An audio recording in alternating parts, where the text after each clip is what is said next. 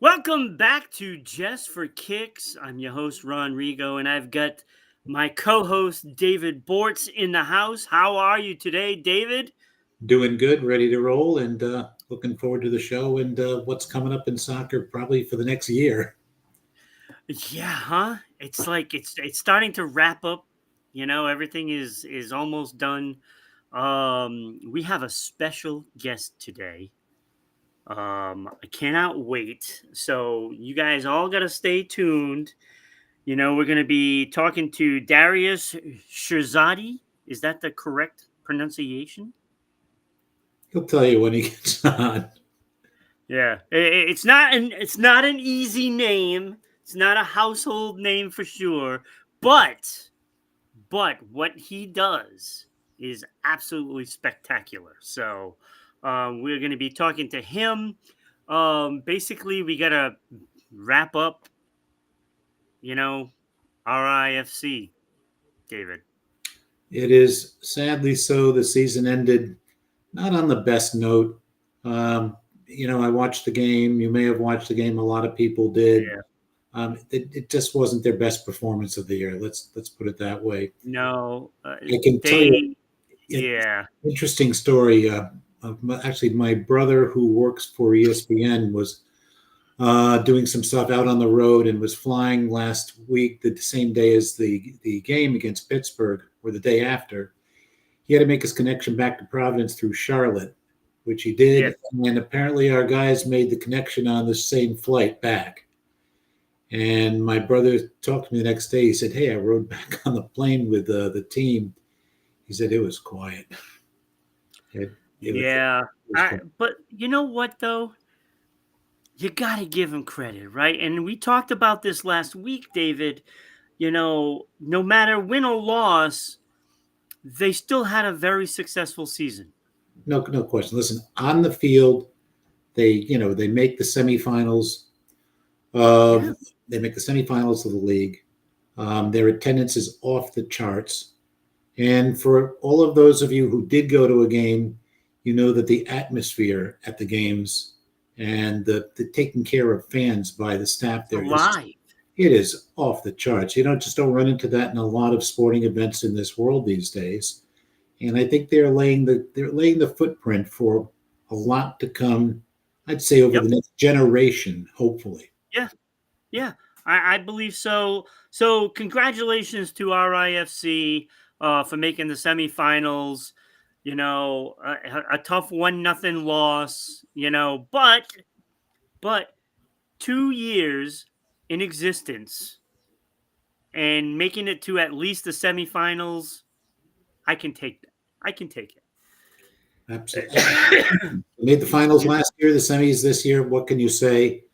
I mean, the Yeah, only learning thing is they found out that the regular season is that much more important because the USL seedings in the playoffs made it pretty once they were in. Because even if you yeah, win a game, if the other team in the bracket is seeded higher during regular season, you don't go yeah, forward. So it's yeah, but at the beginning of the season, you got to play to win, and you got to play to get the points. yeah. So that's it for you know our local team, but there's still some soccer out there that you can enjoy. You can still watch some of those playoff games despite not being in it. MLS is still going, and there's things everywhere. You can Hey, we find had the soccer US everywhere.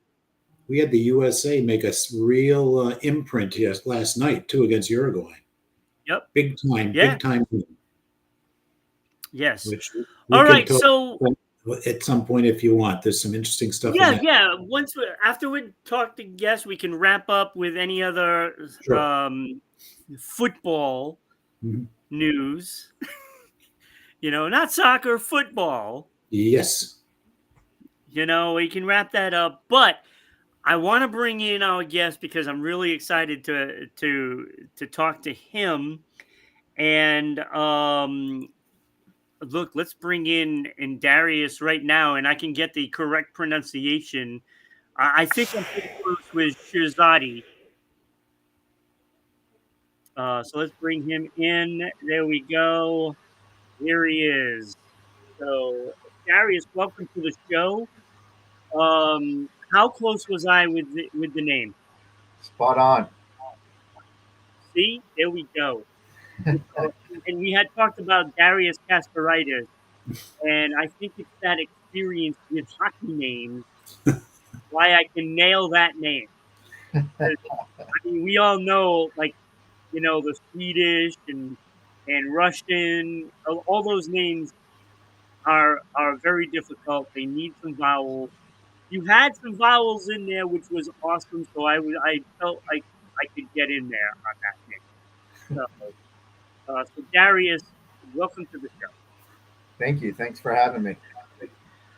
I mean, when you're talking about the thing that you do, we'll say executive director of Project Goal. Project Goal is absolutely amazing on the things that it does and how far this reaches. Like I thought when I first heard about it, I thought it was just like a local, you know, organization. This is it reaches out everywhere, it seems. Yeah, You we've know? been around long enough, and I think we were one of the first organizations nationally doing what we do in what we call the Soccer for Good space. And Yeah. then maybe like 4 or 5 years into the existence of the program, we received our first grant directly from FIFA at the time, and that was a very small, select group of organizations globally that actually get qualified to even apply. And we received one, and then we've received it like 15 times since then. And it's really just taking and using the sport for some kind of positive social impact versus developing the next level soccer player, whether it's Right. professional or the next Leo Messi, right? It's not really about that. Although we've had a few kids actually go on to play, college and become professional soccer players as well. Yeah, it's more to infuse um to infuse the game into uh the young potential stars, whether it's in soccer or just life in general. Yeah. Infusing that and using that as a tool to get them along to a better place, right? I mean, that's what it seems like. Yeah, it's academics and creating opportunity first.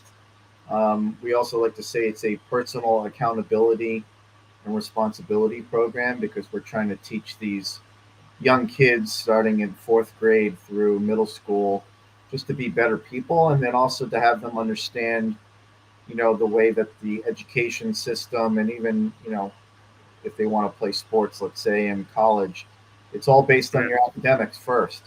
You could be Yeah. the greatest soccer player in the world but have terrible grades. You're not going to have much of an opportunity to go further than your high school, let's say, soccer career, if that's your sport. Right. You don't have that other part of it. So that's what we really stress. And the soccer thing is just the carrot for the kids to get them focused and keep them interested and keep them engaged. Yeah, and it's a perfect way to do that. So how long has this organization been around? This is our 22nd year. So we started Wow. in 2004 with 20 kids in Providence, and now we're just over 200 kids with programming sites, meaning like actual schools in Central Falls, Providence, and Woonsocket. We just started this year. Wow. That's pretty good. 200. Um you look at the fact that a lot of it is inner city. And that is such an important part of this because those kids can they're up against a lot against them. And to inspire them with a game it's really key for them to have that drive to move forward, right? I mean, it, it's like a great incentive, to be honest with you. And it's like you got these kids in these cities that they teeter on success or failure. It's a very fine line, Yeah, and it's it's important. It's an important aspect that they have something that they can be interested in and find the and get the tools that they need to succeed. yeah. I mean, there's as you were mentioning, the inner city schooling for the kids. One, there's not a lot of access to after school programming. Right. Um, it doesn't have to be soccer. It's multiple things involved. A lot of things have been getting cut, even going back to when we started, and we're kind of in Yeah. that cycle again of seeing programming and funds for programming being cut, whether it's at the federal level or the state level. And then things are so much more expensive for kids now to access. And so when we started, we wanted to eliminate the barriers that would be a reason why a kid would not participate. So fees were the number one thing. And then the second part of it was the transportation portion, meaning how do they get to where the activity is going or how do they get Right. home? Because particularly for kids in the inner city, a lot of them being, I would classify as lower income, they if the family owns a car, parents are using that to work. And Right. kids, a lot of times can't get to where these activities are happening. So we've got to make it as easy as possible for them to be able to get to us. Luckily, like in places like Central Falls, which is 1 square mile, there's not a lot of there's not a lot of space where they actually have to go walk to when they go home. So that's not as much of an issue. But certainly providing free programming, free tutoring, free coaching, free transportation, something to eat, and then the tools that they need to succeed, meaning school supplies or equipment. A kid doesn't have a proper pair of shoes. We try to provide all that and eliminate all of the excuses and just here's what you're here for. Here's are the rules. You're either buy into that or, we've got a list of, kids waiting to get into the program. So Yeah. we always like to tell the kids, this is your program, but if you don't want to be here, that's okay. There's another kid who does.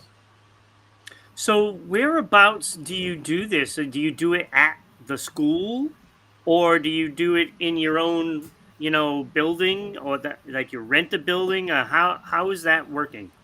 Yep. So we're in schools for all these programs. So we're in 2 elementary schools in Central Falls and 1 middle school, 1 elementary school in Providence, the Alfred Lima School in the West End, and then we Oh are yeah. at Hamlet Middle School in Woonsocket. But actually, they have 2 middle schools right next to each other, so we have kids coming from both schools. We use the classrooms for the academic portion, and then we use the gymnasium for soccer. And in Central Falls, we actually built 2 outdoor futsal courts in the middle of the community during COVID and opened it up back in 2021. So when the New Nice. England weather is accommodating, we'll go play outside. That's fantastic. Like I said, I worked for the Y, so I saw a lot of these kids, coming from school, inner city. A lot of them had terrible grades and couldn't even, concentrate on anything but being disruptive because that's all they know. And, it's like the difference one person can make, let alone a whole organization. I think it is absolutely incredible. And I know I want to know more, but David, do you have any questions or, something along the lines of what he's doing? So that way I don't want to hog the spotlight over here. So if you have some questions, just please jump in. Now, not question. I don't want to limit my time what I say because I'm a big talker. But real quickly, I had two really incredible experiences in my life with two of the kids who went through the program over the years. One of whom I think we're going to invite to join us at some point next couple of weeks. Whose first name is Mitchell, who Darius and I talk about. His great success story, and the other one who's not in town now, we can talk about another time, is Victor. But real quickly on Mitchell, when this program was getting off the ground at one point, one of the partners with Darius in this, Darius Centineo, who's a great potential guest to come on because he's a historic player around here, but a partner in this organization. I was coaching for a local club called Bayside. We were looking for players. I called Javier up and I said, I know you got a lot of kids playing. And I said, where are you guys playing? He said, well, we're at Nathan Bishop. I remember their first years at Nathan Bishop. He said, you want to come by? So I came by, and there's some real good young players playing there. And there's one kid comes up to me, and Javier says, I want to introduce you to this young man. His name is Mitchell. I said, sure. I said, Javier, he's really damn good. I said, I'm here because we're trying to get some players that we can sponsor to join the Bayside team because we're looking to do some stuff to bring in some good players. If I can get them in, there's not going to be a fee. And I remember Javier, who I call Javi, said, David, he's yours. Just remember one thing. And this follows up on what Darius is saying. You want him and he's going, you're driving him. I said, that's absolutely fine. He said, and you don't care about where you go? I said, no, I don't go. He said, you're going to Chad Brown and pick him up. I said, we picked him up for over a year. And he came in and played with us. And, this is the hard part of the life of a lot of these kids is that one day, my son, who was on the team also, Andrew, and I went to pick him up, and Andrew would always go knock on the door. No answer, no answer, no answer. It was a landline. I called the landline, no answer. We're going off to a big tournament up in Connecticut. Mitchell doesn't come.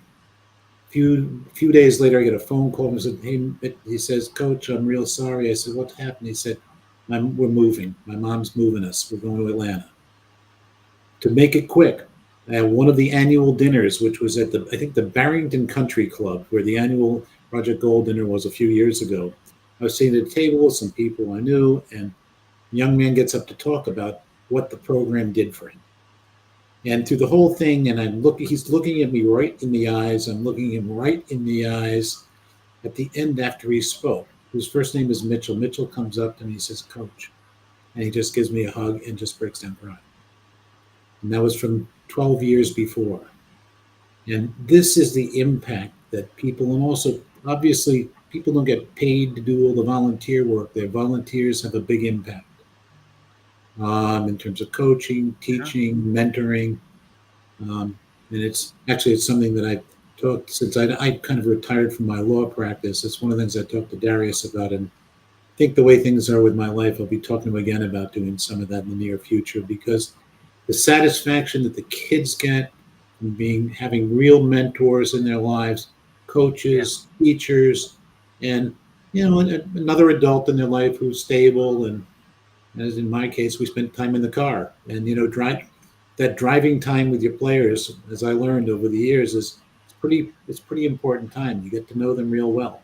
They get to know you, and you get to talk about the game, and that's it, right? It's a success story. It doesn't matter, what they do for a living. They got to that point and they learned something, and it's rewarding when you have a success story, anything like that. It doesn't matter if they played soccer or not, in the future, but he grew up to be something, right? And that's the important thing. And I'm sure, there's probably a bunch of success stories that you have, and you remember all these kids that go through the program, and it's very touching. It's like you just, if you just help one kid, you've done your job. And a program like this is obviously reaching out to a lot of people, and it's making a difference. So what I really like to know, Darius, is there anybody that went through that really didn't even like soccer, but grew to like it, and then went on to become maybe very successful in something else, and it was because of soccer that it helped them through. Yeah, I don't know if any kid who doesn't like soccer usually sticks with the program because that's how we keep them, right? Right. Um, certainly not every kid is a superstar, but I'll give you a good example. Like when we started the program, you have a kid like Mitchell. Family has a limited education coming from Yeah. where they came from. Mitchell, ended up graduating from high school, going to college, and now he owns a couple of businesses, right? So he's an entrepreneur, right? Then fast forward 22 years later, and each step along the way, our alumni, you know, do that extra something. Then, like Mitchell and a bunch of his friends were the first to come out of the program, and a bunch of them ended up going to college. They're the first in their family. Then the next generation of kids, we got a few kids into the local private schools, like a Moses Brown or I know that David's son at Providence Country Day went with one of our alum, also from that original group. Then kids that went on, and then one kid went to the Air Force Academy and now is flying F-16 fighters for the Air Wow. Force, and he's an officer. The kid that ends up being a professional soccer player. And then this past year we had our first alumni male that ended up getting into the Ivy League and going to Harvard, and then followed up by our first female that also got into the Ivy League, and she's going to play soccer for Dartmouth. So, Nice. our alum that got into Harvard, he's not going to be playing soccer there, but he'll tell you the first reason why he was in Project Goal was because he wanted to play soccer. And Yeah. then he ended up getting into PCD through our assistance and kind of guidance. And that's because of the kids who went to the private schools before him. That's why they even thought about applying and making that effort. So, all along the way, all these precedents are being set, and they're great examples for the kids that come after. And then, really, myself and Javier and the other co-founder, Peter Wilton, our job of telling these kids how things work becomes less. And now the kids who came before these present kids, they're the ones telling them, you can do this. I was you, and this is what I'm doing now. And everything that the program was telling me and was teaching me, I get it now. Maybe I didn't get it back then, but now I understand it, and I like to apply that. And I'm telling you, listen. Yeah. I mean, I remember, the Sky Bridge that connects the hotel to the mall. I was walking in that Sky Bridge coming back from the mall, and this guy approaches dressed, decked out like he looked like $1 million, and he comes up to me. He's like, "Ron," and I look at him, and it's like he had a familiar face, but didn't realize who it was. He's like, "It's me, Michael Brown, right?" And he's like, "You were right." And I was like, "Michael?"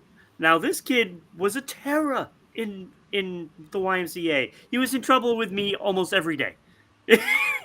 And then he comes up and he sees me and he thanks me because I haven't changed, but he was a 12-year-old kid. And I didn't recognize him. And he became a lawyer. And like he looked like $1 million, like I said. He had a suit on and he was like, "Oh my God." And I'm like stunned, and that he was thanking me for being tough on him, and it just feels good. And now he keeps in touch with me, through all this time, and this is going back a ways. This is like uh in the what 1990s. So I mean, you have those success stories, whether they go to Harvard or if they just go to community college. Some of them are breaking barriers in their family.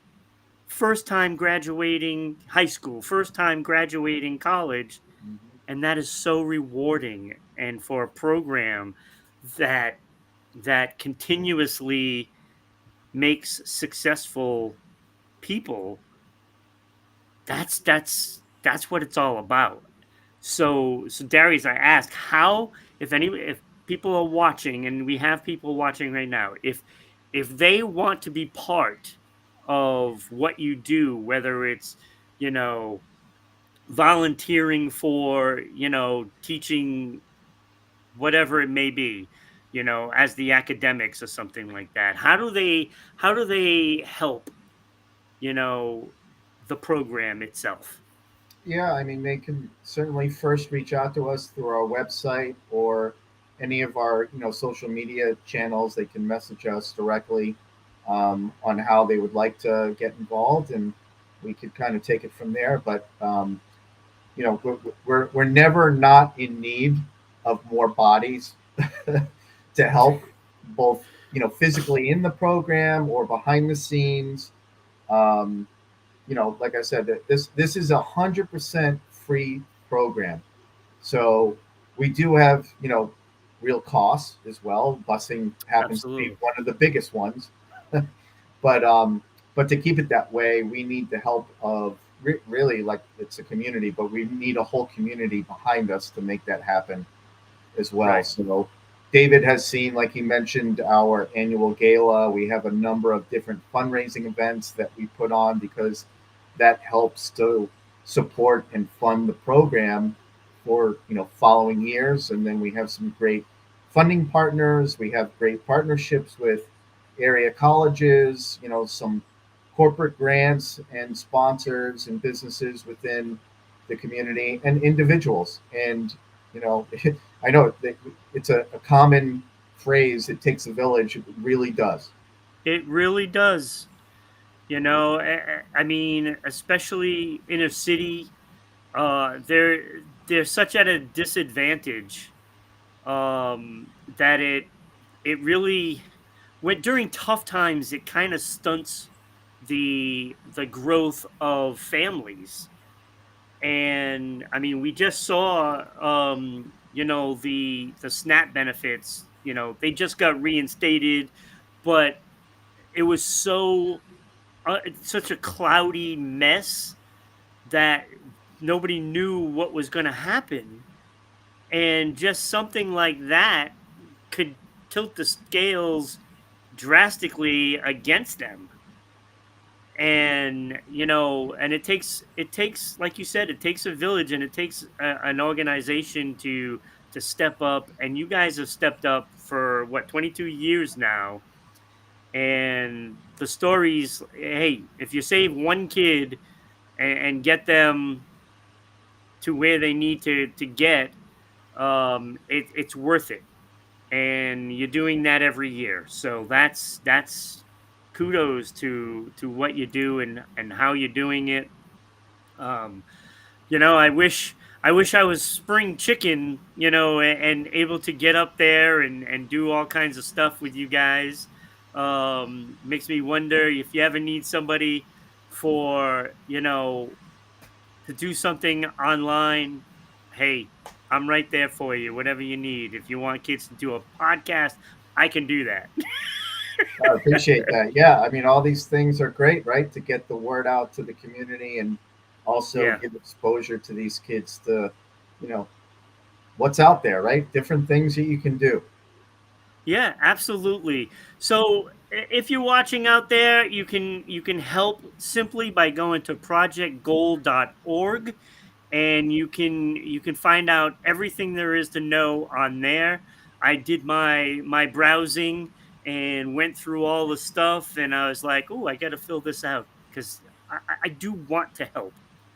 I do want to help. I don't know how much capability I have, but I do want to help. I love that it's for the kids, and I'm all for that. Um, I have thousands of kids that I've worked with in my time, and I enjoyed every minute of it, even when they made me lose my hair. Every minute of it, every single one of them. Yeah. You Well, know, see, I always, I'm right there with you, Ron. yeah, But guys, I still have shareware. And I get told today at home by my better half, you better get a damn haircut. yeah, yeah. Make a wig for us. I just, when somebody, somebody always asks, "Oh, do you have kids? Do you have?" I have thousands of them, thousands. They're all over the place, and it's like when you get invited, to a kid's party when they turn 15, and they have their I can't think of what it was called, the quinceañera, something like Yep. that. I got invited to that, just thinking, all right, I'm very, friendly with the whole family, and I get invited to it, and then I didn't realize that the kid was, had me there special because of what I meant to her. And I was like, that's so touching. It means a lot. Yeah. And, and the family has that respect for you, and that's all you can really do. And you just guide their kids. And that's what I did. And so it was very meaningful. So I've had a lot of those moments, and I'm sure you're experiencing a lot of that as well. And like I said, kudos to what you do. Thank you. Kudos to what you do. I mean, I could talk about this for forever, but I know you have a place to be, and David's got a place to be. So I'm not gonna keep you any longer. I thank you. You can come on anytime you need to, and you can spread the word. Yeah, So, thank you for the opportunity. I appreciate it. I appreciate you, and appreciate certainly David for mentioning us. And yeah, always love to talk about all the great things and new things that we're doing, um, especially as the World Cup comes to New England in the next year. So yeah. we'll certainly be in the thick of it when the activities start. Absolutely. I'm glad to hear the story. Definitely want to know more. So stay in touch and let me know if you need anything. Thank you. Hey, If you need a Darius, body once in a while, I'm there. very quick. I have got to get that Project Goal logo up on the RISA website because it's not there. Okay. We've got a new website for the RISA and for the new league. So it needs to get up there. I'll either get Cabo or Juan to talk to you about getting it, okay? Because either one of them will get it posted. Okay. Sounds great. Right. I'll talk to you about some other stuff. As I said, I've been doing some volunteer work, which may be ending for some kids, and I'll talk to you over the next couple of weeks. Sounds great. All right. All right. Thank you, Darius, so much for being Thank here. you, guys. Have a great day. All right. Have a good one, Darius. Bye. Oh, that was fantastic. I could talk to him forever. I mean, I worked for kids, I don't even know how long, since 1996. So it was a joy that somebody else feels what I feel now. It's a joy to know that. It's very nice. When Darius started Project Goal, it was he and the two other guys, including Javier Centineo, were having a couple of meetings. And actually, it turns out that I used to have an office in Pawtucket, which was about a mile from where Darius used to work. We knew each other. They'd call me and say, hey, you want to meet me over across the street at this bagel shop that used to be there? Well, Barney's Bagels. And we met with those guys, and they started talking about this idea they've got. And I said, man, this is just so good. There can't be anything better. And so it was the first time I met Darius is back then, and he's been at it for a while. And as I said, I was lucky enough to be able to coach a couple of kids who went through that program. I actually found one kid literally playing on a basketball court, which was a futsal court, by himself in Central Falls, because I'd been coaching another youth team. I went over and I talked to the kid a bit. I said, what are you doing out here? He said, oh, I want to be a player. So we talked to him for a while. He played on the team I was coaching for a while. He came for a very, very single mom, not a lot of money in the house. As it turned out, he lived across the street from a kid who also went through Project Goal. So we hooked the two of them up, and he went through the program. And his name is, I can use his name, Victor Parra. Victor went all the way through. And he's another one who a couple of years ago, they have this annual dinner.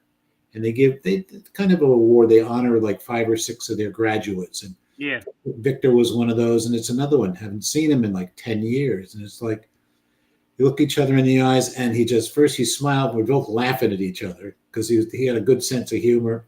And then, big hugs and talk for a while, where you've been, what you're doing.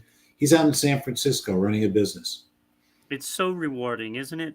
Yep. When you get those stories, it just brings back a lot of memories. And, half the kids I worked with kept in touch even years after I worked with them. And there's nothing better when you have those stories. After Thanksgiving, I will invite that kid who, we call him a kid. This kid is 31, 32 with a couple of businesses. Exactly. I'll get in touch with this guy Mitchell and get him to get some info to you. I can give him a lot, but he can give you some more, and we'll get him on the show because he's a grad. Absolutely, that'd be awesome. He's a success story, and he's still a soccer guy, and yep. I'm sure he'd love it. All right, let's wrap up with some other news. I know you had something that you wanted to talk about for the wrapping up section. You had some news. Well, really, just in terms of real news, is that our season with the over 30, over 40 season is basically the last game theoretically that was going to maybe get played is probably not getting played because it will not impact the standings. So I think I'll send out to you how the standings add up in the next couple of days. Probably Cobb will send them to you because we will then just declare a winner, because it doesn't matter who wins the game. We know who the winner of that division is. So, okay. So, which is good. And we will then we'll probably have some dinner with all of the team reps sometime. See if we can get it in between Thanksgiving and Christmas or right after. If it's happening, you're around, maybe in a small restaurant, I'll invite you to come if you want to come and meet guys live. Absolutely. Okay. Yeah. I mean, to give you a little bit of non-video reporting. Yeah, really, yeah. Huh? Which will be cool. Then no, go ahead. And we had the U.S. to have a monumental win last night. Yes, that's what I was trying to think. Against Uruguay. Yeah. Honestly, I was talking to Darius last night. A bit. We were talking in the afternoon because there was something going on last night that I might have been going to or not, depending upon schedule. And I said, what? The USA is playing Uruguay, and it's a great game. He said, yeah, I'm going to watch when I get finished and get home. Sorry, excuse me. I turned on the game a little late because I had recorded it, and they're up at 1-0. All of a sudden, it's 2-0. Then it's 3-0. They beat Uruguay 5-0. Jeez, which impressive. And the coach of Uruguay is a well-known international coach. I forget his first name, Bilsea. He is Argentine. He's this guy who, as a young man, discovered the U.S. coach Pochettino in Argentina and brought him in to train with a club he was coaching down in Argentina at the time. So it was kind of big for the coaches for the U.S. Because the U.S. has not been doing too well. These are not, scheduled. These are exhibitions, but important ones to get ready for next year. Absolutely. Interesting thing is, I think I sent out to you something which shows the lineups from the game. It's it's something that comes off this app I mentioned to you before. It's from something called FotMob. It's a free app which does stuff on every single game, players, stats, anything, and occasionally it'll even have a button to say watch. You may be able to watch some highlights, like 5 minutes at the beginning, 5 in the middle. It'll do that as well. So I was looking at the lineup last night, and we have a player who plays forward for us. As a young player, he was being identified when he was 15, 16 years old. His name is Haji Wright.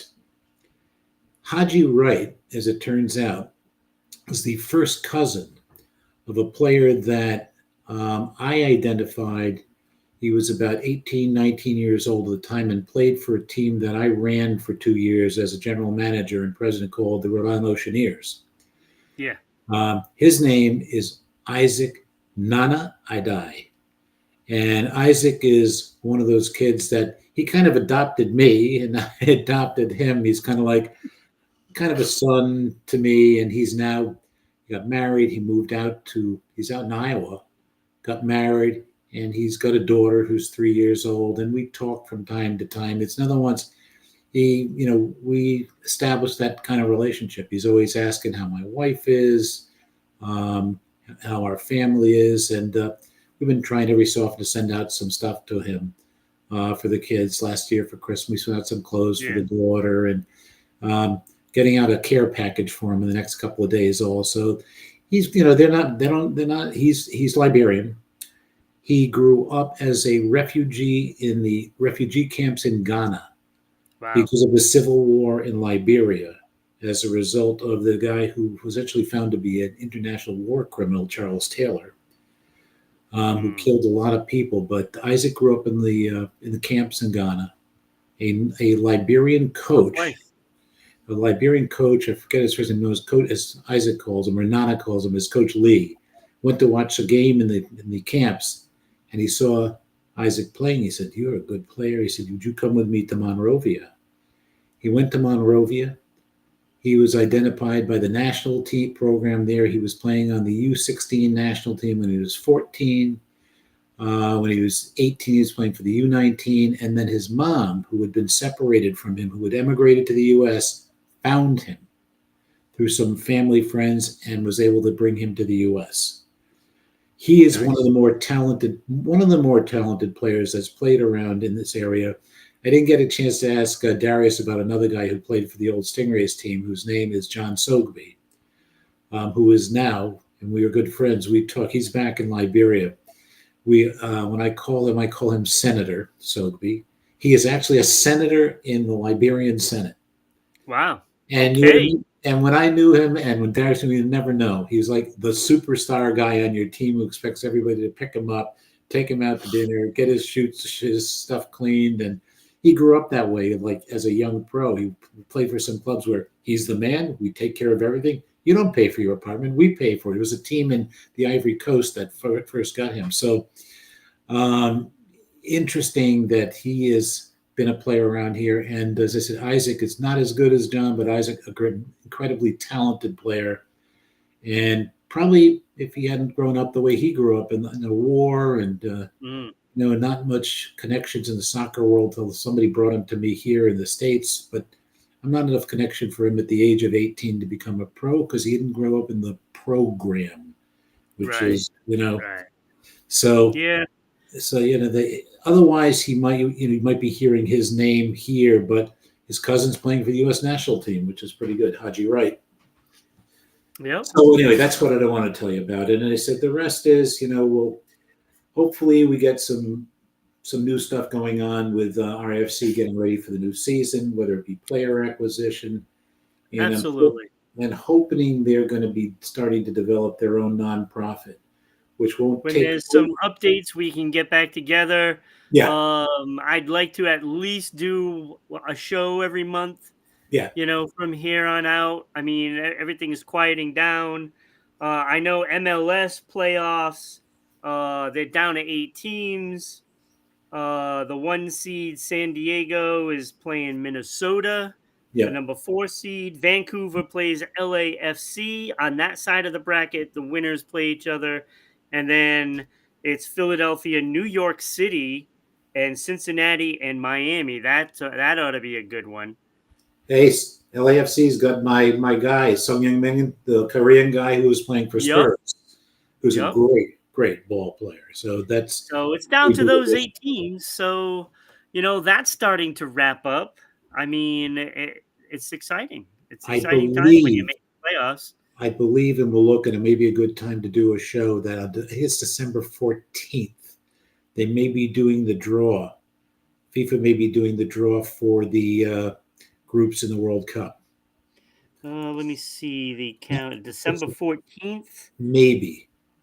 If that is the case, that would be on a Sunday. So if we do it the following, say Wednesday, Yeah. that would be good. So that could be the next episode, the final one of the season. Okay. I'll message you a few times if I see something big, and once I've got that date for sure, I Yeah. mean that's huge.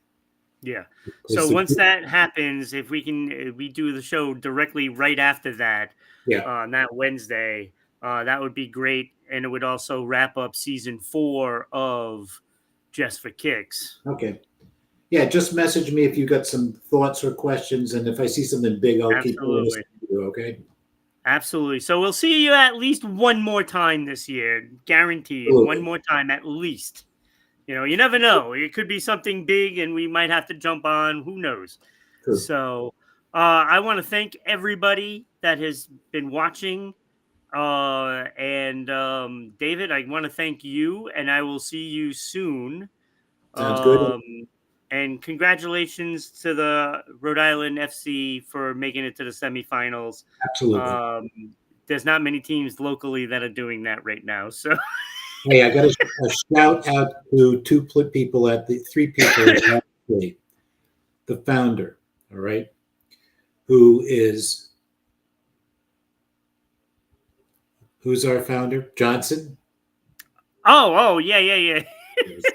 I was like, wait, what are you doing? Yeah, our owner, our president, Dave Pert, and yes, not to step over anybody, but Coque Vegas has been tremendous in the goal this year. Yes, absolutely. We need to keep him. He's been the glue. He's not the scorer, but he's the glue. Pay him. Pay him. Yeah. All right. Have a great night and a good holiday, okay? And thank you, everybody. And thank you, Darius, for being here as well. Everybody, have a great night. We'll see you next time. Sounds good.